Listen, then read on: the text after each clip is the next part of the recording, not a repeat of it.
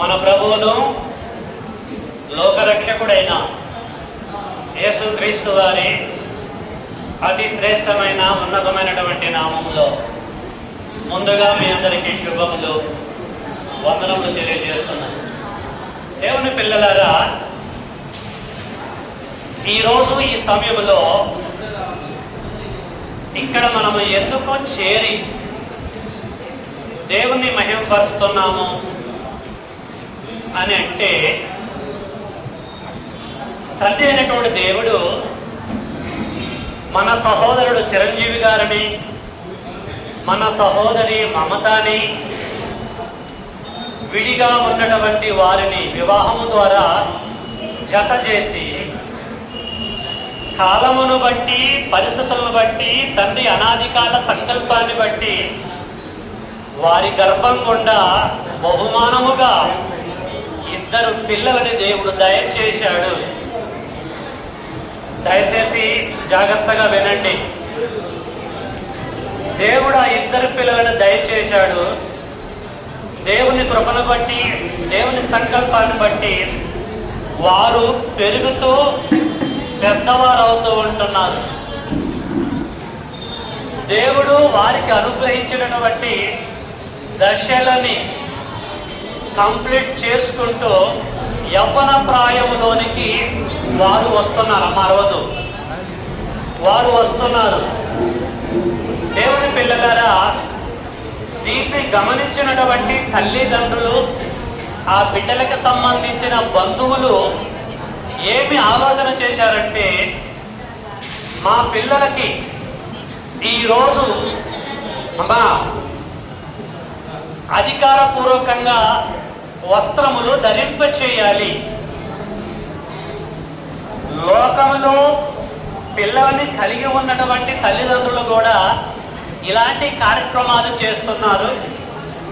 దేవుడు మమ్మల్ని ప్రేమించి మాకు కూడా పిల్లల్ని ఇచ్చారు కదా, ఇప్పుడు మేము ఏం చేయాలంటే అధికారపూర్వకంగా ఆ బిడ్డలకి నూతన వస్త్రములు, మన భాషలో చెప్పాలంటే పంచకట్టు కార్యక్రమాన్ని మేము కూడా జరిగించాలని అద్భుతమైన రీతిలో ఆ బిడ్డలు ఈ యొక్క కూడికను ఏర్పాటు చేసి మనలందరిని పిలిచి తండ్రిని మహిమపరుస్తూ మరికొన్ని నిమిషాలలో ఈ వస్త్రములు వారికి ధరింప చేస్తున్నారు. ప్రియులారా, ఇక్కడ మీకు నేను ఏమి చెప్పబోతున్నానో దయచేసి మీరు అర్థం చేసుకోండి, దయచేసి మీరు గ్రహించాలని కోరుతున్నా. మనం ఒక ఈవెంట్కి వెళ్ళినప్పుడు, ఒక కార్యక్రమానికి మనం వెళ్ళినప్పుడు వెళ్ళినటువంటి మనము మనకి తెలియనటువంటి సంగతులు తెలుసుకొని ఆత్మీయంగా మనం బలపడాలన్నది మన పట్ల దేవునికున్న అనాదికాల సంకల్పం. కాబట్టి ఈ సమయంలో మీరందరూ కూడా ప్రతి విషయాన్ని, ప్రతి దేవుని మాటని స్పష్టముగా వింటూ వాస్తవాలు గ్రహించాలని నేను కోరుతున్నా. దేవుడు మానవుణ్ణి తల్లి గర్భం నుండి లోకానికి తీసుకొచ్చినప్పుడు దిగంబరులుగానే తీసుకొచ్చాడు, దిగంబరులుగానే పంపించాడు. దిగంబరులుగా వచ్చినటువంటి నరులకి ఈ మధ్యలో ఈ వస్త్రాలు ఎలాగ వచ్చాయి, ఈ వస్త్రములను మీరు ఎలాగ ధరించుకున్నారు, ఎక్కడ ఇది ప్రారంభించబడ్డది, అసలు ఎవరు దీన్ని ప్రారంభించారు? నరుడు యొక్క వస్త్రములను గూర్చి, నూతన వస్త్రములను గూర్చి గ్రంథంలో, పరిశుద్ధ గ్రంథంలో దేవుడు ఏమైనా చెప్పాడా అనేది మనం ఆలోచిద్దాం. ఈ లోకములో అడుక్కొని తినే భిక్షకాల గానించి ఐఏఎస్ ఆఫీసర్ల వరకు వారికున్న స్థితిని బట్టి ప్రియులారా మంచి మంచి వస్త్రములు కట్టుకుంటున్నారు. మనం అది చూస్తూనే ఉంటున్నాం. అయితే ఎందుకు కట్టుకోవాలి ఈ వస్త్రాలు? ఈ వస్త్రాలను ప్రవేశపెట్టింది ఎవరు అని మనం ఆలోచిస్తే, భూమి మీద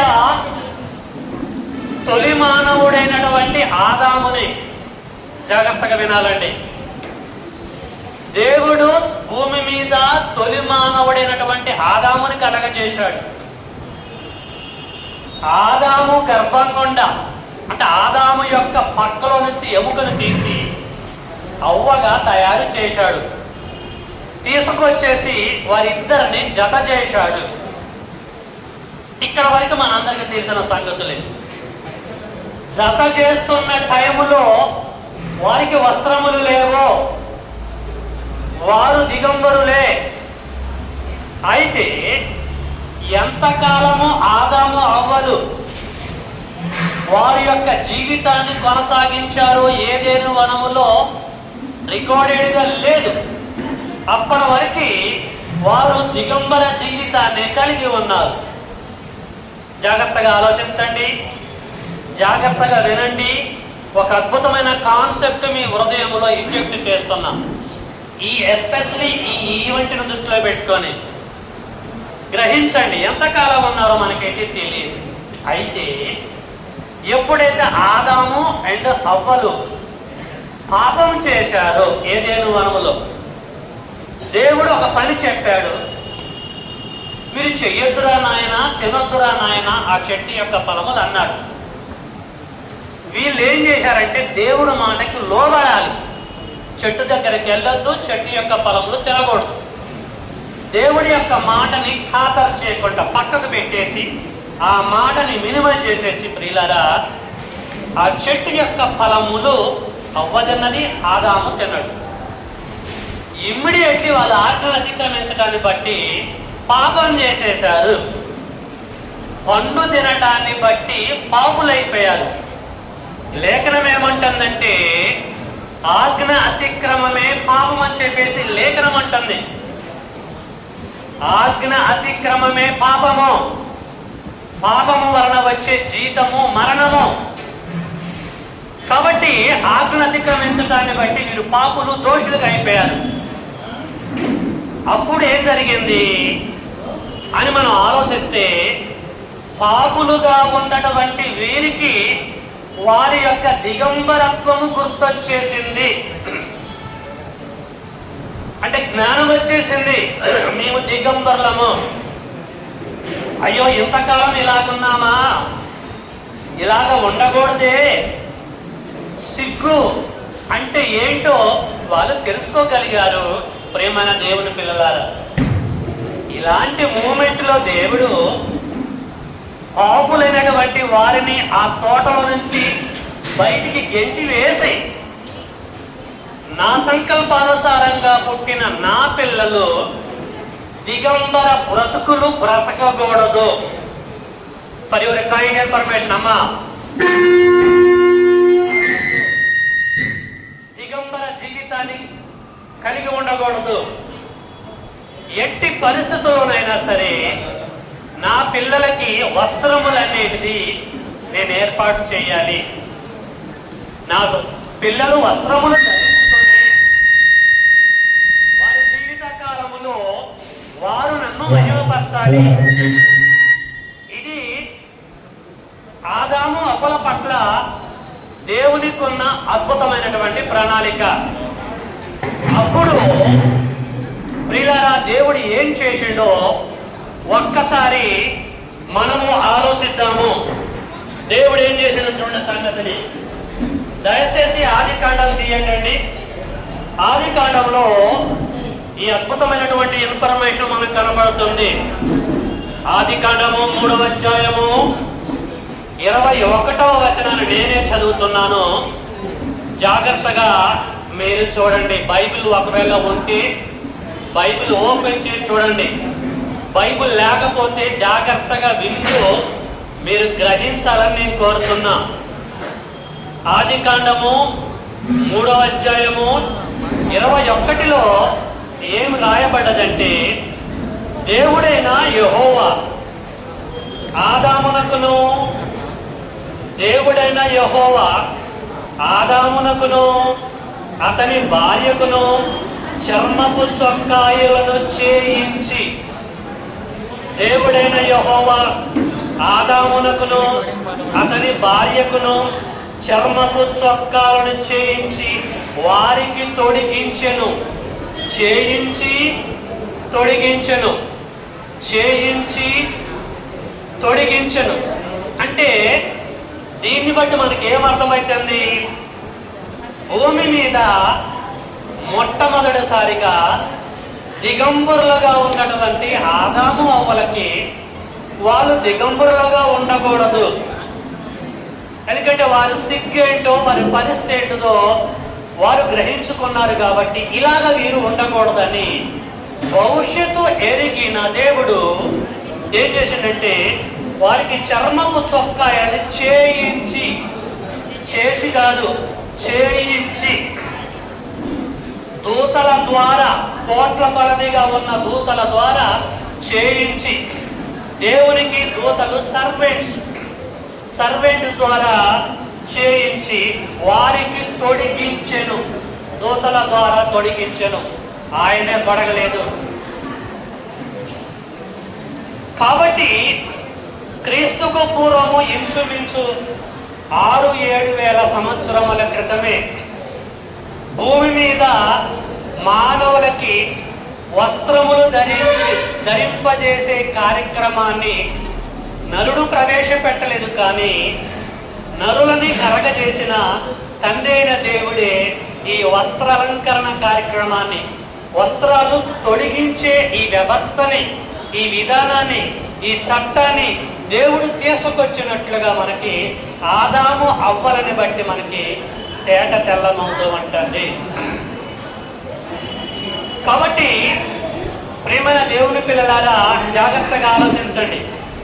అది మొదలుకొని అప్పటి నుండి వారి గర్భంగా వచ్చిన ప్రతి ఒక్కరికి, ఆదాము అవ్వలకి వారి యొక్క సంసార జీవితంలో వారి గర్భం గుండా వచ్చిన ప్రతి ఒక్కరికి వారిని కన్న తల్లిదండ్రులు ఏం చేశారంటే అధికారపూర్వకంగా వారికి వస్త్రాలు ధరింప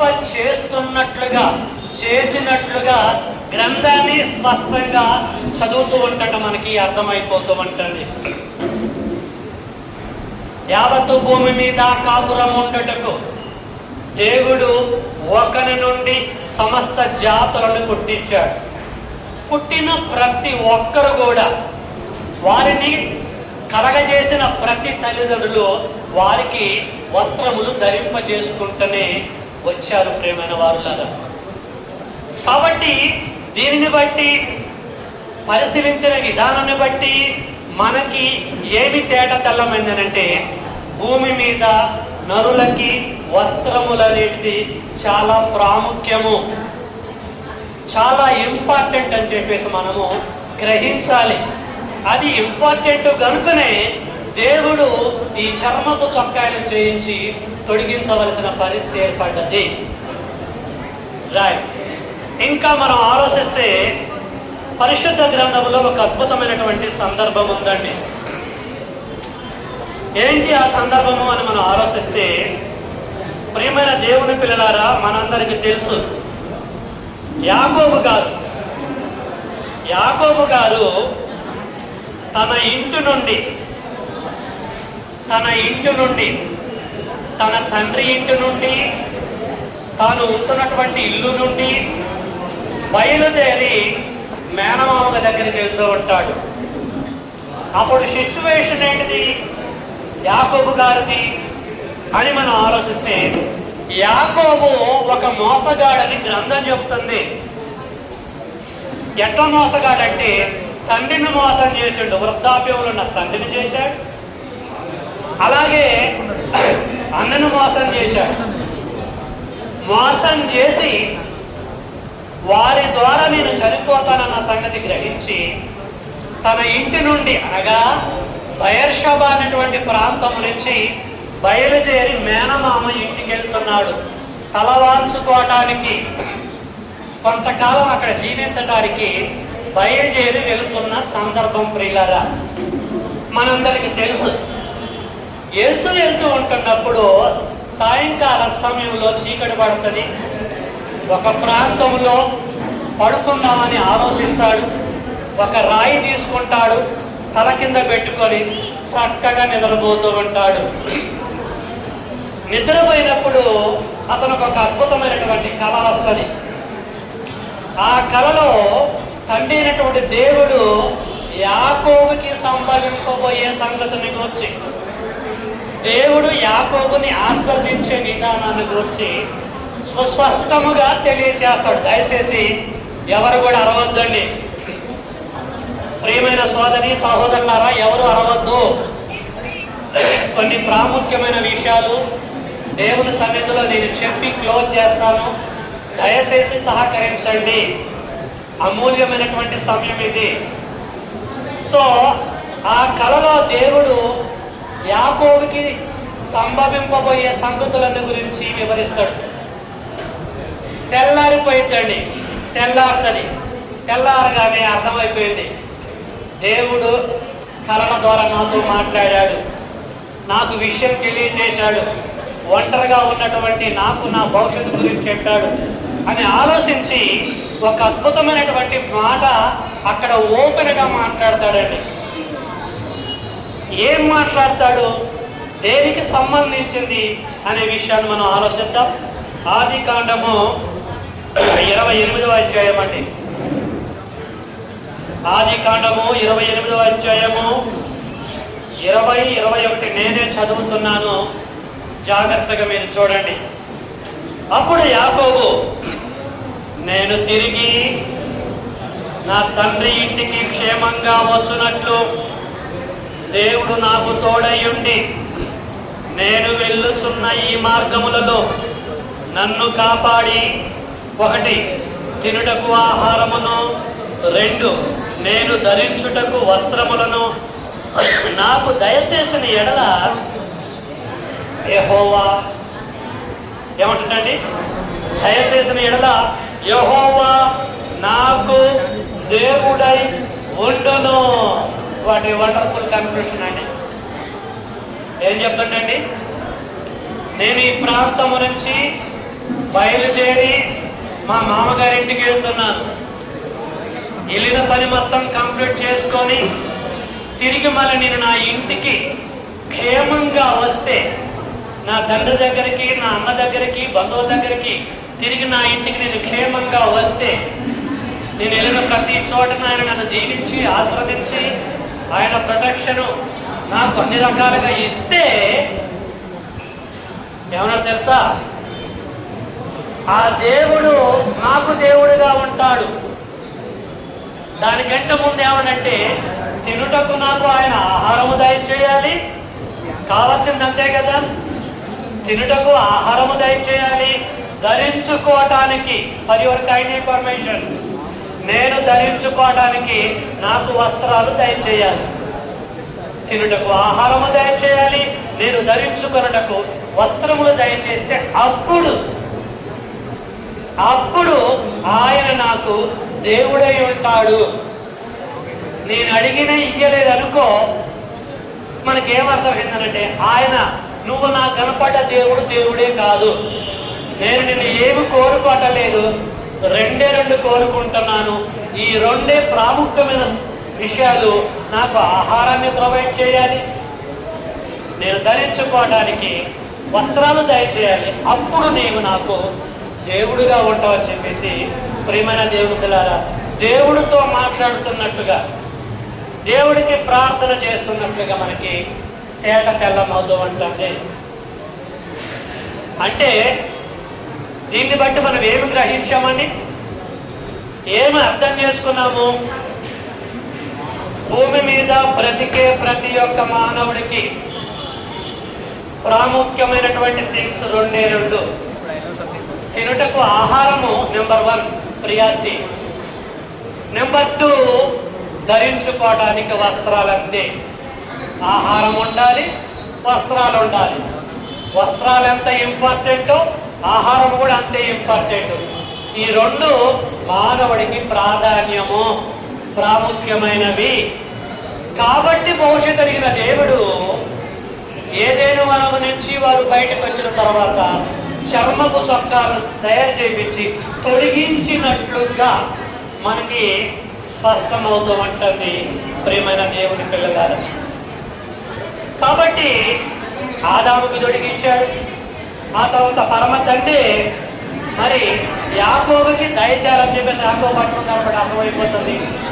ఈరోజు మనం అందరము కూడా ఈ యొక్క వస్త్రాలు ధరించుకున్నామంటే, వస్త్రాలు ధరించుకొని ఈ భూమి మీద ప్రజల మధ్యలో బ్రతుకుతున్నామంటే దేవుని ఉచితమైన కృప. ఈరోజు మనము మంచి వస్త్రాలు కట్టుకొని, మంచి చీరలు ధరించుకొని, అవి పట్టులు కావచ్చు, అదేదైనా సరే మన సామర్థ్యాన్ని బట్టి ధరించుకొని ఉన్నామంటే మన తెలివితేటలు కాదు, భవిష్యత్ కలిగిన దేవుడు వీటిని మనకి ప్రొవైడ్ చేశాడు. అందుకొరకే దేవుని నామమునకు మనము మహిమ తీసుకొని రావాలి. కలిగి ఉన్నది ఏదియో, మనము ధరించుకున్న బట్టలే కావచ్చు, కలిగి ఉన్న డబ్బే కావచ్చు, కలిగి ఉన్న ప్రాపర్టీ కావచ్చు, ఏదైనా సరే కలిగి ఉన్నది ఏదియో ఆయన లేకుండా ఏది కూడా మనకి కలగలేదు. ప్రతి ఒక్కరు అర్థం చేసుకోవాలి. కాబట్టి మనుషులు ధరించుకునే వస్త్రములు చాలా చాలా చాలా ప్రాముఖ్యమైనది.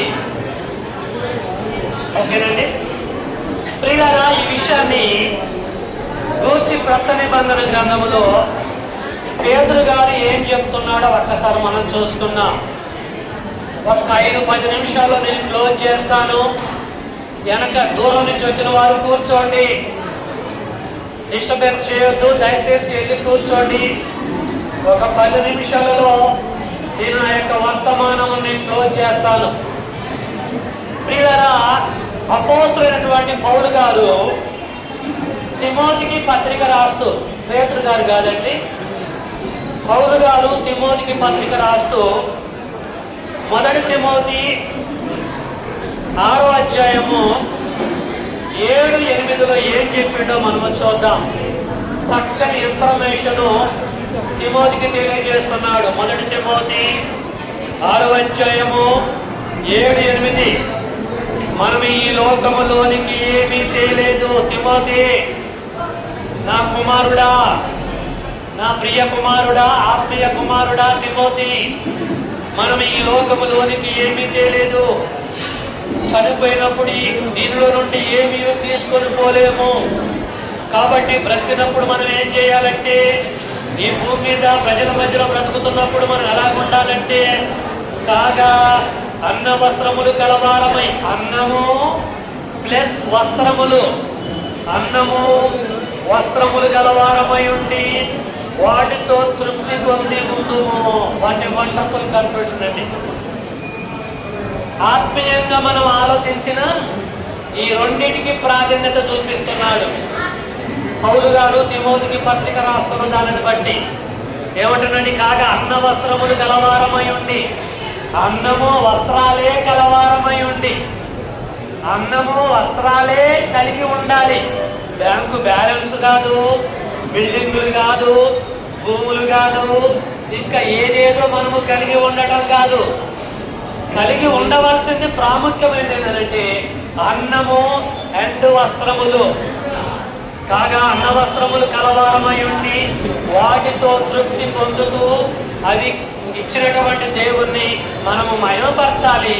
నా కుమారుడా తిమోతిని 1వ శతాబ్దంలో చెప్పవలసినటువంటి పరిస్థితి ఏర్పడ్డది. ఏమో అర్థమైందా? దయచేసి అర్థం చేసుకోండి. అమూల్యమైనటువంటి సంగతులు నేను చెప్తున్నాను. భూమి మీద బ్రతికే ప్రతి ఒక్క నరుడికి అన్నం ఎంత ఇంపార్టెంటో, ఈ శరీరమునకు వస్త్రములు కూడా అంతే ఇంపార్టెంటో. వస్త్రములు ఎంత ఇంపార్టెంటో అన్నం కూడా ఇంపార్టెంటే. నరుడికి వస్త్రములు ధరింపజేసింది నరుడి జ్ఞానమును బట్టి కాదు. నరులకి వస్త్రములు ధరింపజేసుకుంటూ వచ్చింది భూమి మీద నరులను కలగజేసిన తండ్రి అయినటువంటి దేవుడు ద్వారానే ఈ అద్భుతమైన కాన్సెప్ట్ జరుగుతుంది. ప్రతి ఒక్కరు గ్రహించాలి. చాలా మంది ఏమంటారంటే మాకు డబ్బులు ఉన్నాయి, సన్నపు నార వస్త్రాలు కొనుక్కొని ధరించుకున్నాం. మాకు డబ్బులు ఉన్నాయి, మేము వ్యాపారం చేస్తున్నాము, మేము ఉద్యోగం చేస్తున్నాము, మా దగ్గర డబ్బులు ఉన్నాయి కనుక ఇలాంటి పొజిషన్లో మేము ఉన్నామని అనుకుంటున్నారు. అది 100కి 200% తప్పు ప్రియులారా. భవిష్యత్తు అడిగిన దేవుడు వస్త్రములు కొనుక్కోవడానికి సామర్థ్యం దయచేశాడంతే. ఆయన సామర్థ్యం కలగజేశాడు కనుక చక్కని వస్త్రములు ధరింపజేసుకొని ఈ లోకములో బ్రతుకుతూ ఉంటున్నాం. అయితే ఎప్పుడైనా ఈ వస్త్రములు ధరింపజేసిన, ఈ వస్త్రములు దయచేసిన దేవునికి కృతజ్ఞతాస్తుతులు మనం చెల్లించామా? మనం ఆలోచించవలసిన ప్రాముఖ్యమైనటువంటి పాయింట్ అండి. వస్త్రాలు లేకుండా దిగంబరులుగా బ్రతుకుతున్నారు చాలా మంది. అన్నం లేకుండా భయంకరమైన జీవితాన్ని గడుపుతున్నారు చాలా మంది. అలాంటి పరిస్థితి నీకు లేదు కదా, నాకు లేదు కదా, దేవుడు మనకి ఇవ్వలేదు కదా. దేవుడు అన్ని విషయాల్లో సముద్రం దయచేశాడు. మరి వీటిని ఆధారం చేసుకొని తండ్రి నీకు స్తోత్రములు నాయన, ఎందుకు పనికిరానటువంటి నాకు మంచి లైఫ్ ఇచ్చావు తండ్రి, నీకు స్తోత్రములు తండ్రి అని ఎప్పుడన్నా మనము థ్యాంక్ చెప్పామండి దేవుడికి. దేవుడికి మనము కృతజ్ఞతలు చెప్పటలేదు. వీటిని ధరించుకుంటూ వాటిని చూసుకుంటూ సంతోషపడుతున్నామే కానీ ధరింపజేసిన దేవుణ్ణి మాత్రము టోటల్గా డిలీట్ చేశాం. ఇది బాధాకరమైనటువంటి విషయం పిల్లల. అలాగా మనం ఉండకూడదండి. స్థితిని కలగజేసిన తండ్రి అయిన దేవుణ్ణి మర్చిపోకూడదు. కృతజ్ఞత స్తుతులు మనము చెల్లించాలి. అయితే నేను ముగిస్తున్నాను. ఈ వస్త్రములు ఇలాగే మనము ధరించుకొని ఇలాగే మనము చనిపోయి పరదేశికి వెళ్ళి యేసు రెండవ రాకడలో అక్కడి నుంచి పరలోకం వచ్చి పరలోకంలో ఇలాగే ఉండాలని దేవుడు పర్మనెంట్ గా ఈ వస్త్రములు ధరింపచేయలే. ఈ వస్త్రములు ఇయ్యలే. ప్రియులారా అర్థం చేసుకోండి, ఈ వస్త్రములు టెంపరవరీ వస్త్రములు. ఇవి మనము ధరించుకున్న ఈ వస్త్రములు టెంపరవరీ. ఈ వస్త్రములు ధరించుకుంటున్న ప్రతి ఒక్కడు ఈ వస్త్రములు ధరించుకుంటూ ఇంకా ఏం ఆలోచించాలంటే, అసలు నేను ధరించుకోవాల్సింది ఇదేనా, దీని మీద ఇంకేమైనా వస్త్రములు ధరించుకోవాలా ఆత్మ సంబంధంగా అని ఆలోచించాలని దేవుడు వాటికంటే ముందు ఈ వస్త్రములు ఇచ్చిండు మనకి జ్ఞానము కలుగుట కొరకు. ఈ వస్త్రములే ధరించుకొని చనిపోయి పరలోకం రావాలని కాదు, ఈ వస్త్రాలు ధరించుకొని మరొక వస్త్రముల గురించి ఆలోచించాలి. అవే ఆత్మీయ వస్త్రములు. అర్థమవుతుందండి? అవే రక్షణ వస్త్రములు. ఈ ధరించుకున్న మనము నేను రక్షణ వస్త్రము కూడా ధరించుకోవాలి. నా దేవుడికి సంబంధించిన వస్త్రములు, ఆత్మ సంబంధమైన ఆ వస్త్రములు కూడా నేను ధరించుకోవాలి. ఆ వస్త్రములు ధరించుకొని చనిపోయి నా తండ్రి దగ్గరికి వెళ్ళాలని ప్రతి ఒక్కరూ ఆలోచించాలని దేవుడు ఈ వస్త్రములు దానికి సూచనగా ఇయ్యబడే తప్ప పర్మనెంట్ గా ఇవి ధరించుకోమని కాదు ప్రియులారా. అందుకొరకే క్రీస్తు పుట్టడానికి ముందే యెషయా గ్రంథంలో ఒక అద్భుతమైనటువంటి విషయం తెలియజేశాడండి. యెషయా గ్రంథము 61వ అధ్యాయంలో ఈ సమాచారం మనకు అక్కడ కనిపిస్తూ ఉంటుందండి. ప్రియులారా మనము చూద్దాం. నేను ఒక 5 minutes ఆర్ 8 minutes నేను క్లోజ్ చేస్తాను, సహకరించండి. యెషయా గ్రంథము 61:10లో ఏం రాయబడ్డదనంటే నేను చదువుతున్నా చూడండి. శృంగారమైన పాగా ధరించుకొనిన పెళ్లి కుమారుని రీతిగాను ఆభరణములతోనూ అలంకరించుకొనిన పెళ్లి కుమార్తె రీతిగాను ఆయన రక్షణ వస్త్రములను నాకు ధరింపజేసి ఉన్నాడు. నీతి అను పై బట్టను నాకు ధరింపజేసి ఉన్నాడు. కాగా యెహోవాను బట్టి మహా ఆనందముతో నేను ఆనందించుచున్నాను, నా దేవుణ్ణి బట్టి నా ఆత్మను ఉల్లసించుచున్నది అన్నాడు.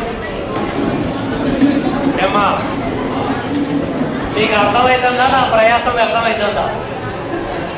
మీరు ఇక్కడే ఉన్నారా లేకపోతే మనసులు ఎక్కడికో పంపించారా? దేవుని పిల్లలారా దయచేసి అర్థం చేసుకోండి. ఇక్కడ నీతి అనే పైబట్ట, రక్షణ అనే వస్త్రములు మనము ధరించుకోవాలట. ఆత్మ సంబంధమైన వస్త్రములు మనము ధరించుకోవాల, వాటిని కలిగి ఉండాలి. భవిష్యత్ ఎరిగిన దేవుడు వాటికంటే ముందుగా దీన్ని ధరింపజేశాడు. నువ్వు దీన్ని చూసుకుంటే హ్యాపీగా ఫీల్ అవుతున్నావు.